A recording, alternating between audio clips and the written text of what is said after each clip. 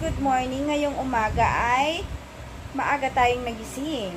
Ayan kasi magtuturo tayo ng proper posing kay Mara or tuturuan natin siya ng kanyang pasarela walk. So, stay tuned with me lang guys.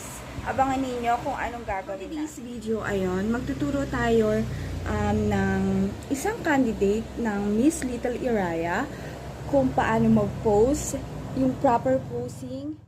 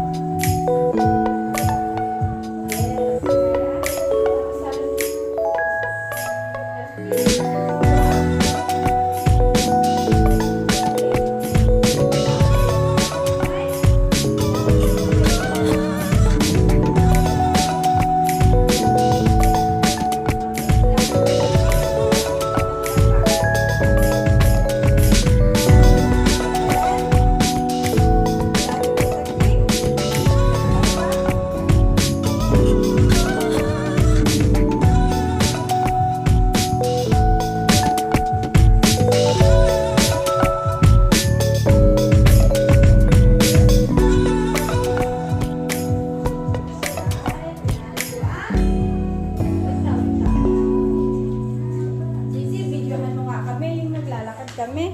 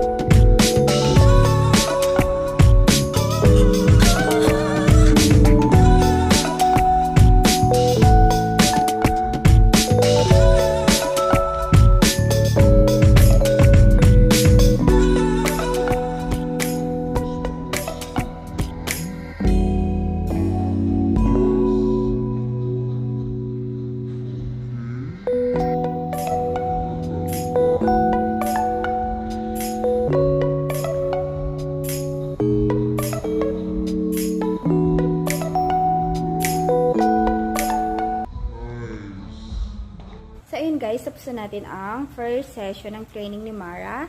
And then, meron pa tayong second, third, and fourth session. So, ang second natin is her gown, kung paano niya i-flex yung gown niya. And then, creative. At meron din tayong Q&A. So, kailangan na mag-practice lahat yon.